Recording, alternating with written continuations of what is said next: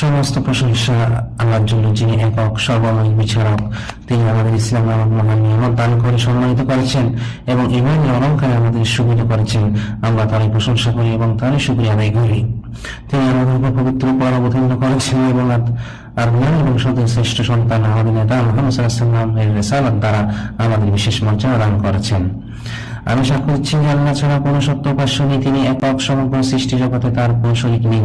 আর আমি সাক্ষ্য দিচ্ছি যে মুহাম্মদ সাল্লাল্লাহু আলাইহি ওয়াসাল্লাম তার বান্দা ও রাসূল, তার মনোনীত ও প্রিয়তম বন্ধু। আল্লাহ তাকে কিয়ামত পূর্বে মানব ও জিন জাতির জন্য সুসংবাদদাতা ও সতর্ককারী হিসেবে প্রেরণ করেছেন। অতঃপর হে মানুষ, আমি নিজেকে এবং আপনাকে সবাইকে আল্লাহ ভিতরে উপদেশ দিচ্ছি, আল্লাহকে ভয় করুন, আল্লাহ আপনাদের প্রতি দয়া করুন। জেনে রাখুন, আল্লাহর দ্বীনের উপর অটল থাকা একজন মুমিনের এই দুনিয়ার সবচেয়ে মূল্যবান সম্পদ এবং মৃত্যুর পর তার মুক্তির একমাত্র পথ। ইসলামের ভিত্তি তখন দৃঢ় থাকে যখন মানুষ আল্লাহর কাছে পূর্ণ আত্মসমর্পণ ও আনুগত্যের ফিতরাতের উপর প্রতিষ্ঠিত থাকে। হে মুসলমানগণ, যুগের পর যুগ অতিক্রান্ত হওয়ার সঙ্গে সঙ্গে এবং রাসূলুল্লাহ সাল্লামের নূরের যুগ থেকে মানুষ যত দূরে সরে গেছে, ততই বিপদ আপদ বৃদ্ধি পেয়েছে, ফিতনা ছড়িয়ে পড়েছে, বিভিন্ন সন্দেহ ও বিভ্রান্তির স্থান লাভ করেছে, প্রবৃত্তির অনুসরণ বেড়েছে এবং মানুষকে আল্লাহর স্মরণ থেকে দূরে সরিয়ে রাখে এমন বিষয় বহুগুণ বৃদ্ধি পেয়েছে। আনাস রাদিয়াল্লাহু আনহু থেকে বর্ণিত, রাসূলুল্লাহ সাল্লাল্লাহু আলাইহি ওয়াসাল্লাম বলেছেন, তোমাদের উপরে এমন কোন যুগ আসবে না যার পরবর্তী যুগ তার চেয়ে আরো খারাপ হবে, যতক্ষণ না তোমরা তোমাদের প্রতিপালকের সাক্ষাৎ লাভ করবে। নিশ্চয়ই একজন মুমিনের জন্য সবচেয়ে বড় বিপদ তার ধন সম্পদ বা জীবিকার প্রতি নয়, বরং সবচেয়ে বড় বিপর্যয় হলো দিনের ব্যাপারে ফিতনায় পতিত হওয়া এবং ঈমান ও দৃঢ় বিশ্বাস নষ্ট হয়ে যাওয়া। এই কারণে নবী সাল্লাল্লাহু আলাইহি ওয়াসাল্লাম অধিক পরিমাণে এই দোয়া করতেন, হে আল্লাহ, আমাদের দিনের ব্যাপারে কোনো বিপদে পতিত করবেন না। ইমাম আহমদ মুসনাদে উম্মে সালামা রাদিয়াল্লাহু আনহা থেকে বর্ণিত হয়েছে, তিনি বলেন, আমি বললাম, হে আল্লাহ রাসূল,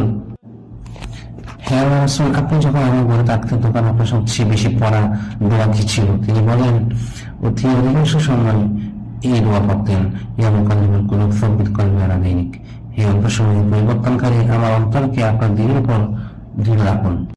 আমি বললাম, হে আল্লাহ রাসূল, আপনি এত বেশি এই দোয়া কেন করেন? তিনি বললেন, হে উম্মে সালামা, আদম সন্তান এমন কেউ নেই যার অন্তর আল্লাহর নিয়মের মধ্যে নয়। তিনি যাকে ইচ্ছা সঠিক পথে রাখেন এবং যাকে ইচ্ছা বিচ্যুত করে দেন। এখানে প্রত্যেক মুসলিমের জন্য যে নিজের দিনের নিরাপত্তা কামনা করে এবং তার প্রতিপালকের সাক্ষাৎ লাভের আশা রাখে, অপরিহার্য হলো এমন সব বিষয় দৃঢ়ভাবে আঁকড়ে ধরা যা তার ঈমানকে সংরক্ষণ করবে এবং তার তাওহীদকে জীবন্ত রাখবে। এসবের ভিত্তিমূল এবং সর্বপ্রথম উপায় হলো মহান আল্লাহর কাছে অবিরাম দোয়া করা, কারণ আল্লাহ যাকে দৃঢ় রাখেন না সে কখনোই সত্যের পটল থাকতে পারে না। আল্লাহ সুবহানাহু ওয়া তাআলা বলেন, আমি যদি আপনাকে দৃঢ় না রাখতাম তবে আপনি তাদের দিকে সামান্য হলেও ঝুঁকে পড়ার উপক্রম হয়েছিলেন। যদি আল্লাহ রাসূল সাল্লাল্লাহু আলাইহি ওয়াসাল্লামের অবস্থা এমন হয়ে থাকে, তবে তারপরে আর কে আছে যে আল্লাহর সাহায্য ছাড়া নিজের ঈমানের উপর অটল থাকতে পারবে? এ কারণে ঈমানদারদের অন্যতম বৈশিষ্ট্য হলো তারা সর্বদা পরম করুণাময় আল্লাহর কাছে দোয়া করে, রব্বানা লা তুযিগ কুলুবানা বা'দা ইয হাদাইতানা ওয়া হাব লানা মিন লাদুনকা রাহমাহ ইন্নাকা আনতাল ওয়াহ্হাব। হে মুসলিমগণ, আল্লাহর দ্বীনের উপর দৃঢ় থাকার অন্যতম প্রধান উপায় হলো পবিত্র কোরআনের সঙ্গে সর্বদা সম্পর্ক বজায় রাখা, তেলাওয়াত করা, এর সঙ্গে গভীরভাবে চিন্তা করা, অর্থ অনুধাবন করা এবং এতে যা নির্দেশ দেওয়া হয়েছে তা বাস্তবে জীবন অনুসরণ করা। আল্লাহ তাআলা বলেন, কাফেররা বলল, তার উপর সমগ্র কোরআন একেবারেই অবতীর্ণ হলো না কেন? এভাবে আমরা তা ধীরে ধীরে অবতীর্ণ করেছি যাতে এর মাধ্যমে আপনার হৃদয়কে সুদৃঢ় করতে পারি, আর আমরা তা সুস্পষ্টভাবে পর্যায়ক্রমে পাঠ করেছি। জীবনের উপর অবিচল থাকার আরেকটি গুরুত্বপূর্ণ মাধ্যম হলো নেককার মানুষের সঙ্গে সঙ্গ গ্রহণ করা এবং অসৎ লোকদের সঙ্গ থেকে দূরে থাকা। আল্লাহ তাআলা বলেন, আপনি নিজেকে তাদের সঙ্গে রাখুন যারা সকাল সন্ধ্যায় তাদের প্রতিপালককে মহান আহ্বান করে, তার সন্তুষ্টি কামনা করে, পার্থিব জীবনের সৌন্দর্য কামনা করে। আপনার দৃষ্টি যেন তাদের থেকে সরে না যায়, আর আপনি তার অনুসরণ করবেন না যার অন্তরকে আমি আমার স্মরণ থেকে গাফিল করে দিয়েছি, যে নিজের প্রবৃত্তি অনুসরণ করে এবং যার কাজ সীমালঙ্ঘনে পরিণত হয়েছে। এরপর আল্লাহর প্রতি অবিচল থাকার আরেকটি উপায় হলো পূর্ববর্তী নবী রাসূলগণ, সাহাবায়ে কেরামগণ, সালফে সালেহীন এবং যুগে যুগে তাদের অনুসারী নেককার বান্দাদের জীবন কাহিনী স্মরণ করা এবং তা থেকে শিক্ষা গ্রহণ করা।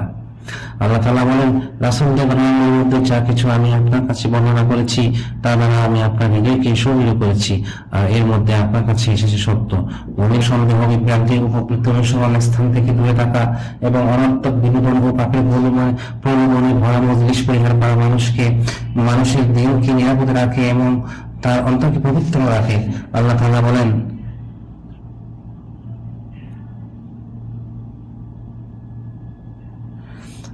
যখন তুমি দেখবে কিছু লোক আমার আয়াত নিয়ে উপহাস ও অনর্থ বিতর্কে লিপ্ত, তখন তাদের থেকে সরে যাও যতক্ষণ না তারা অন্য প্রসঙ্গে কথা বলে। আর যদি শয়তান তোমাকে তা বলিয়ে দেয়, তবে সময় হওয়ার পর তা আর জালিমদের সঙ্গে বসে থেকো না। আর আল্লাহ বলেন, তিনি কিতাবে তোমাদের প্রতি এই নির্দেশ অবতীর্ণ করেছেন যে যখন তোমরা শুনবে আল্লাহর আয়াত অস্বীকার করা হচ্ছে এবং তা নিয়ে উপহাস করা হচ্ছে, তখন তার অন্য বিষয়ে প্রবেশ না করা পর্যন্ত তাদের সঙ্গে বসবে না, অন্যথায় তোমরাও তাদের মতো গণ্য হবে। নিশ্চয় আল্লাহ মুনাফিক ও কাফের সকলকে জাহান্নামে একত্রিত করবেন। আমি আমার এই কথা বলছি এবং নিজেরা আপনাদের এবং সকল মুসলিমের জন্য আল্লাহর কাছে প্রত্যেক ক্ষমা প্রার্থনা করছি, সুতরাং আপনারাও তার কাছে ক্ষমা প্রার্থনা করুন। সমস্ত প্রশংসা আল্লাহর জন্য, যে তিনি ছাড়া কোনো সত্য উপাস্য নেই এবং তিনি ছাড়া কোনো প্রতিপালক নেই। আমরা তার প্রশংসা করি এবং তার মহান অনুগ্রহ অসংখ্য নিয়ামতের জন্য তার শুকরিয়া আদায় করি। সর্বশ্রেষ্ঠ সৃষ্টি আব্দুল্লাহ পুত্র মুহাম্মদ সাল্লাল্লাহু আলাইহি ওয়াসাল্লামের প্রতি, যিনি আল্লাহর নবী, মনোনীত বান্দা ও প্রেরিত রাসূল। আর দুরূদ ও সালাম বর্ষিত হোক তার পরিবার বর্গ, তার সাহাবীগণ এবং কিয়ামত পর্যন্ত যারা উত্তমভাবে তাদের অনুসরণ করবে তাদের সকলের প্রতি।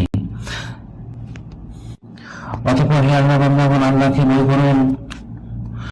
জেনে রাখুন, এই দুনিয়ায় আল্লাহ তার বান্দাকে যে সর্বশ্রেষ্ঠ সম্মান দান করেন তা হল ইসলামের উপর তার জীবন সমাপ্ত করা এবং ইমানের উপর তাকে অবিচল রাখা।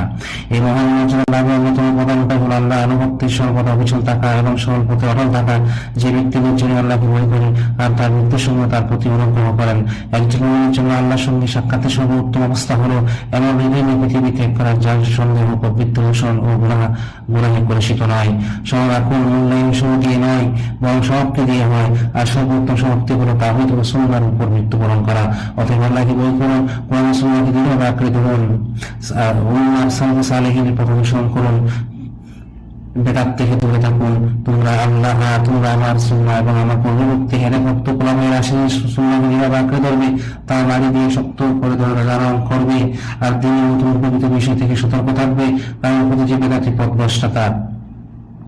এরপর ধৈর্য ধারণ করুন, কারণ ফিতনার যুগে যে ব্যক্তি তার দিনের উপর অবিচল থাকে সে যেন জ্বলন্ত অহংকার হাতে ধরে রেখেছে।